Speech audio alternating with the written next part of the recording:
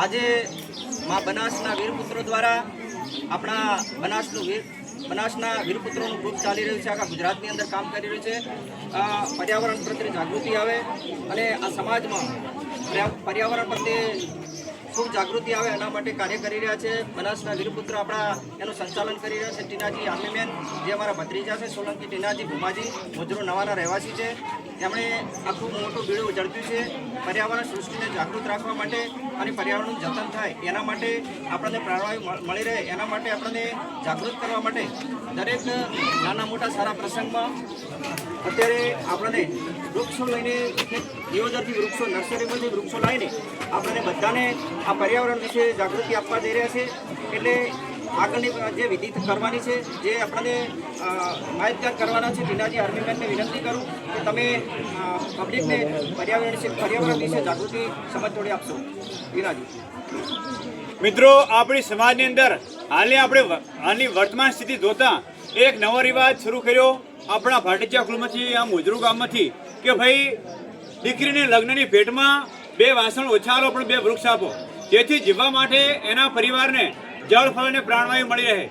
આજથી લગભગ 4-5 દાયકાઓ પહેલાં આપણી આ ધરતીનું ભૌગોલિક સ્થળ સારું હતું, એટલા માટે આપણી દીકરીને પેટી ફટારા કે જે પણ કંઈ આપતા હતા એ હમણાં સમાજે મોંઘવારીના કારણે બંધ કર્યું। ખૂબ સારું કર્યું અને આપ સૌએ પાલન કર્યું બદલ બી ખૂબ ખૂબ આભાર।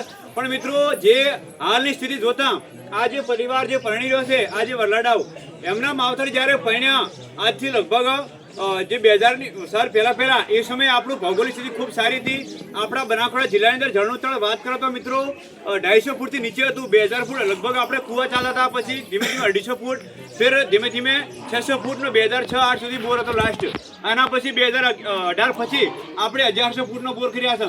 એટલે આપણી મા બનાસ કૃપાયમાન થયા, જેમ કે વધુને વધુ વૃક્ષ ઓછા થયા, જે શેરડાઓમાં ક્ષેત્રના શેરડાઓ પર જે ઝાડ થયું આપણું નષ્ટ થયું, અને એના કારણે આપણી ધરતી ખૂબ જ સુકાઈ રહી છે। આપણી મા બનાસ લુપ્ત થઈ ગયા। 1995 પછી માતાજી ક્યારેય આવ્યા નથી। લાસ્ટ આપણા મા બનાસના વીરપુત્રો ગ્રુપમાં 2020થી ચાલુ કર્યું, એના પછી માતાજી આપણને 22માં દર્શન આપી છે। એટલે મા બનાસના આશીર્વાદ આપવા માટે આ દીકરીને અમે આવ્યા છીએ। આ ઝાડ નથી મિત્રો, પણ આ મા બનાસ અને ભગવાન શંકરના સાક્ષાત આશીર્વાદ છે। ભાગ્યવાન દીકરી હશે કે જે આજ સુધી તો દીકરીઓ વહાણ કે પેટી પટારા લઈને જઈએ છે ભેટમાં, પણ આ દીકરીઓ પ્રાકૃતિક ભેટ ભગવાન શંકર અને મા બનાસના આશીર્વાદ લઈને જાય છે। તો મિત્રો, સાથે વાત કરીએ તો આ ધરતી પર માનવ જાતિ ખૂબ જ વધી રહી છે।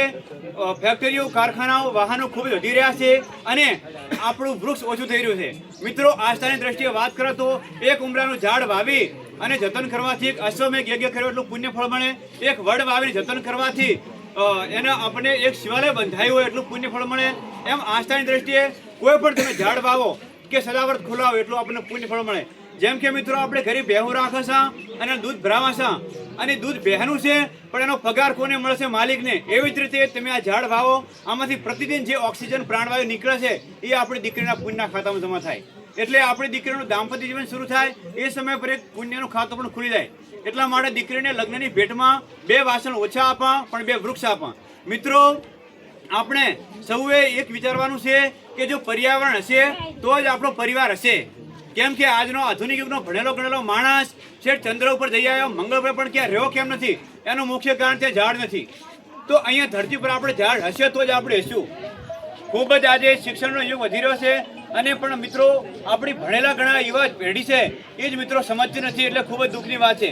માટે આજ સુધી આપણું વન વિભાગ કે સરકારની ઘણા બધા ટ્રસ્ટ દર વર્ષે ઝાડ તો વાવે છે, પણ લોક જાગૃતિ ન હોવાના કારણે વૃક્ષ વધ પણ એટલો જ થાય છે।